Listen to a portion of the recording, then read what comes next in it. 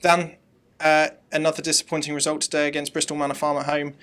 Is that the title challenge over? No, it's not over until it's mathematically over. There's probably going to be a few more twists and turns yet. However, we have got to find a way of performing more consistently under pressure against the teams in and around us. We've said it before that against the teams in the sort of lower reaches, we're okay because the pressure's off.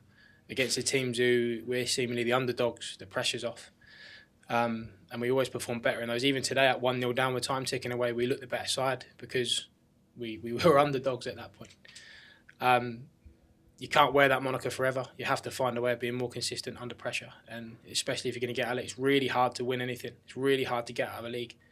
And the only way to do it is by being more consistent than we're being right now. And it's disappointing, especially given the second half performance, which was so much better than the first. But what more do you need to see from this team? You can't play well for 45 minutes and expect to beat a team like Bristol Manor, who are very good at what they do and effective, and I don't think they've lost many games recently at all. That first half performance from us was completely unacceptable. Very disconnected, not enough effort, which is quite a hard thing to say out loud. And it almost makes it more frustrating with how we approach the second half. We didn't hold many punches in at half time, and we got a reaction.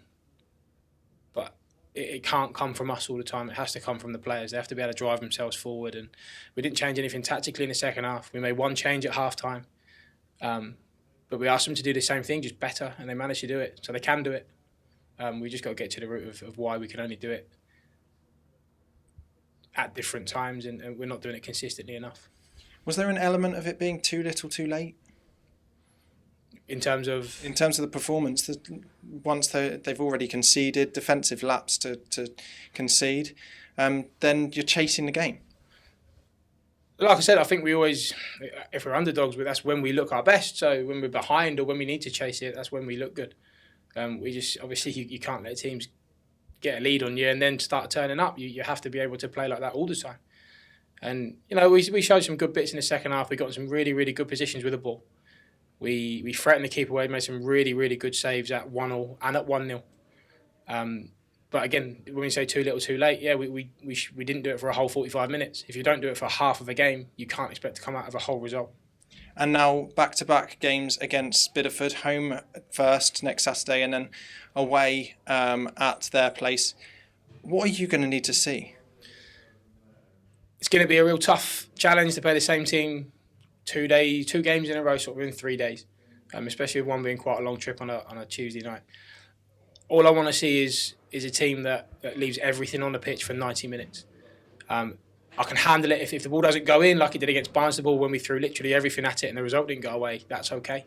It sticks in the throat a little bit more when you don't get the performance. So all I'll be looking for really is a positive, driven performance by a group who wants to get out of this league.